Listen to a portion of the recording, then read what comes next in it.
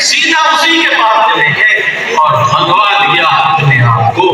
तो रसूल ने फरमाया अगर सीधा ना जाता मेरे पास आ जाता तो अल्फाज मुबारक जो जुबान अक़दस से अदा हुए लो जा